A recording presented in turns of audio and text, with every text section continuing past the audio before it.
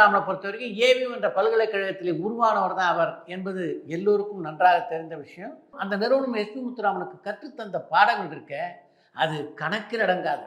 இன்றைக்கும் எஸ்பி முத்துராமனுடைய திரைப்பட படப்பிடிப்புள்ள கடிகாரம் இடம்பெற்றால் மிகுந்த எச்சரிக்கையோடு இருப்பார் எஸ்பி முத்துராமன். அதற்கு காரணம் குலதெய்வம் என்ற திரைப்படத்திலே எஸ்பி முத்துராமன் உதவி இயக்குநராக இருந்தபோது ஏவிஎம் நிறுவனத்திலேயே கற்ற பாடம். குலதெய்வம் திரைப்படத்திலே ஒரு பாடல் காட்சி இடம்பெற்றிருந்தது. கதாநாயகி பாடுவதாக அமைந்திருந்த அந்த பாடல் காட்சி முதல்ல மாடியில் தொடங்கும். அதற்கு பின்னாலே படிகளில் இறங்கி கீழே வந்து அந்த பாடலை பாடி முடிப்பாங்க அந்த கதாநாயகி.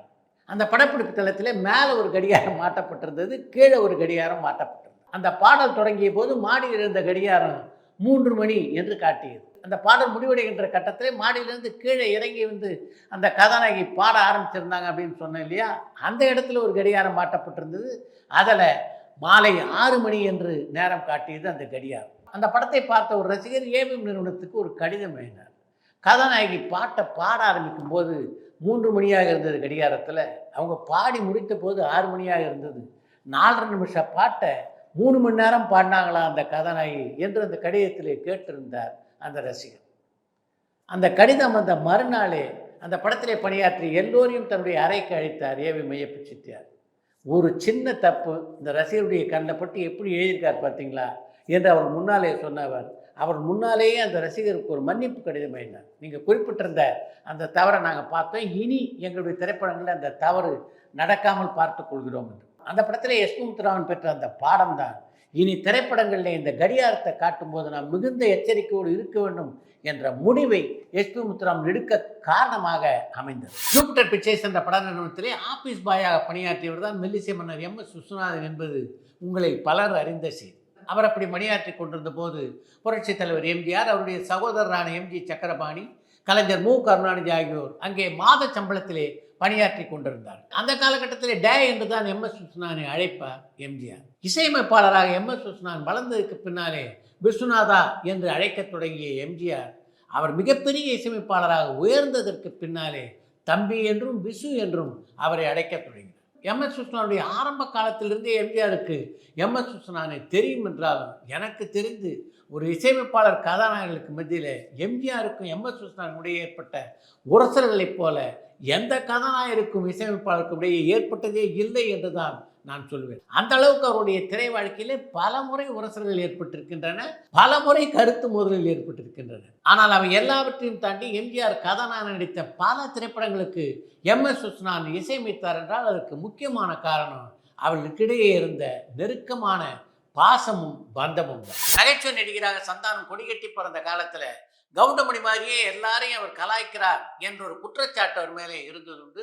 அந்த குற்றச்சாட்டை பொறுத்த வரைக்கும் அதில் உண்மையே இல்லை அப்படின்னு அதை ஒதுக்கி தள்ள முடியாது. கவுண்டமணியை தன்னுடைய திரைப்படங்களில் எப்போதும் அவருடன் நடிக்கின்ற செந்திலை கலாய்ப்பது வழக்கம்.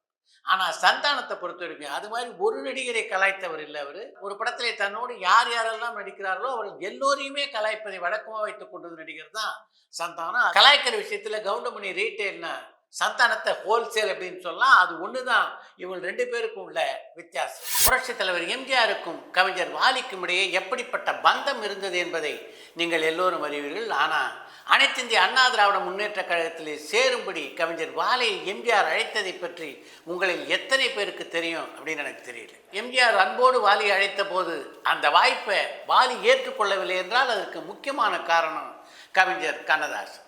ஒருமுறை கவிஞர் கண்ணதாசன், இசையமைப்பாளர் எம்.எஸ். விஸ்வநாதன், கவிஞர் வாலி ஆகிய மூவரும் சிங்கப்பூருக்கு ஒரு கூட்டத்திலே கலந்து கொள்வதற்காக சென்றிருந்தார். ஒரு நாள் மாலையிலே அவர் மூவரும் உற்சாகமாக மது அருந்தி கொண்டிருந்த போது 3 கட்டளைகளை வாலிக்கு பிறப்பித்தார் கவிஞர் கண்ணதாசன். அந்த 3 கட்டளைகளில் முதல் கட்டளை ஒன்று இருக்க ஒன்றை நாடாதே, 2வது கட்டளை சொந்த படம் எடுக்காது, 3வது எந்த அரசியல் கட்சியிலும் சேராது. கவிஞர் கண்ணதாசன் விதித்த அந்த 3 கட்டளைகளையும் அப்படியே ஏற்றுக்கொண்டு தன்னுடைய வாழ்க்கையிலே செயல்பட்டவர் தான் கவிஞர் வாலி. தென்னிந்திய சினிமாவை பொறுத்த வரைக்கும் தங்களுடைய பெயர்களுக்கு முன்னாலே பட்டங்களை போட்டுக்கொள்வதை பல நடிகர்கள் வழக்கமாக வைத்துக் கொண்டிருக்கிறார். ஆனால் சூர்யாவை பொறுத்தவரையிலே தன்னுடைய பெயருக்கு முன்னாலே அப்படி எந்த ஒரு பட்டத்தையும் அவர் சூட்டிக் கொண்டதில்லை. தான் ஏன் அது போன்ற பட்டங்களை போட்டுக்கொள்வதில்லை என்பதை பற்றி மிக தெளிவான ஒரு விளக்கத்தை ஒரு பத்திரிகையிலே சில ஆண்டுகளுக்கு முன்னாலே பதிவு செய்திருந்தார் சூர்யா. இந்த பட்டங்கள் இருக்கே, அது ஒரு திரைப்படத்தை நடிக்கும் போது எப்படிப்பட்ட தன்னம்பிக்கையும் எனக்கு கொடுக்க போகிறதில்லை. அது மட்டும் இல்லாமல் மக்களும் இந்த பட்டங்களையெல்லாம் பார்த்து படங்களுக்கு வரதில்லை.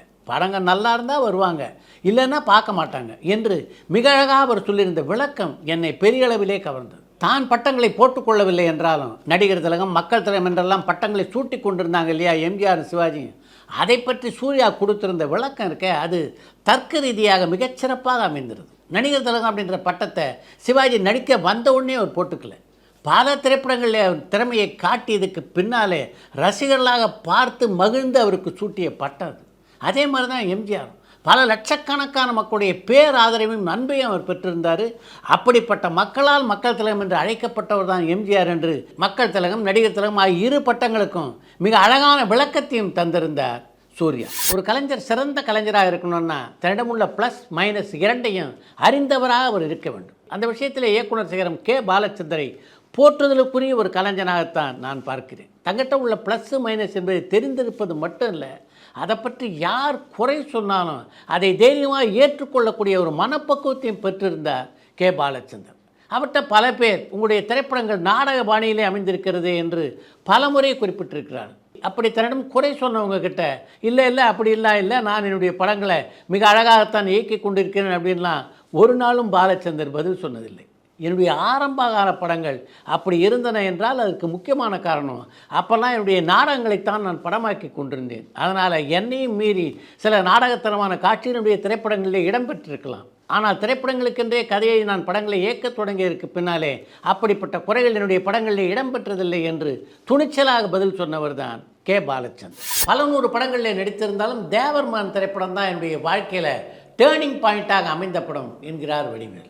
அந்த படத்தை பொறுத்த வரைக்கும் கமல்ஹாசன் எனக்கு கொடுத்த ஒரு நல்ல வாய்ப்பு அது. அப்படி ஒரு வாய்ப்பு இனி அமையுமா அப்படின்னு எனக்கு தெரியல.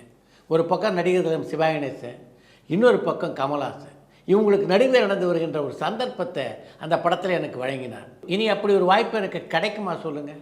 நான் வளர்ந்து வருகின்ற நேரத்தில் அப்படி ஒரு சந்தர்ப்பத்தை எனக்கு கொடுத்த கமல்ஹாசனுக்கு நான் காலகாலத்துக்கு கடமைப்பட்டிருக்கிறேன். சிவாஜியை பொறுத்தவரையிலே டூரிங் டாக்கீஸில் மண்ணை குவித்து அது மேலே உட்கார்ந்து சிவாஜியை திரையிலே பார்த்தவன் நான். அப்படி வியந்து நான் திரையிலே பார்த்த அந்த மகா கலைஞனோடு சேர்ந்து நடிப்பேன்னு நான் எந்த காலத்திலையும் நினச்சி கூட பார்த்ததில்லை என்று உருக்கத்தோடு ஒரு பத்திரிகை பேட்டியிலே பதிவு செய்திருக்கிறார் வடிவேல். மெல்லிசை மன்னர் எம்.எஸ். விஸ்வநாதன் இன்று நம்மிடையே இல்லை. அவர் இல்லாத நிலையிலும் தமிழ் ரசிகர்கள் அவரை அப்படி கொண்டாடி கொண்டிருக்கிறார்கள் என்றால் அதற்கு பின்னாலே பல காரணங்கள் இருக்கின்றன. அதில் ஒரு காரணத்தை பற்றித்தான் இன்றைய நிகழ்ச்சியிலே உங்களோடு நான் பகிர்ந்து கொள்ள இருக்கிறேன். பொதுவாக பாடல்களுக்கு விட்டமைக்கும் போது பக்கத்தில் இருக்க தயாரிப்பாளரோ அல்லது இயக்குனரோ அந்த பாட்டு நல்லா இருக்குன்னு தலையை ஆட்டிட்டா அடுத்த நிமிஷமே அந்த இசையமைப்பாளர் ஹார்மோனியை பற்றியே மூடிடுவார்.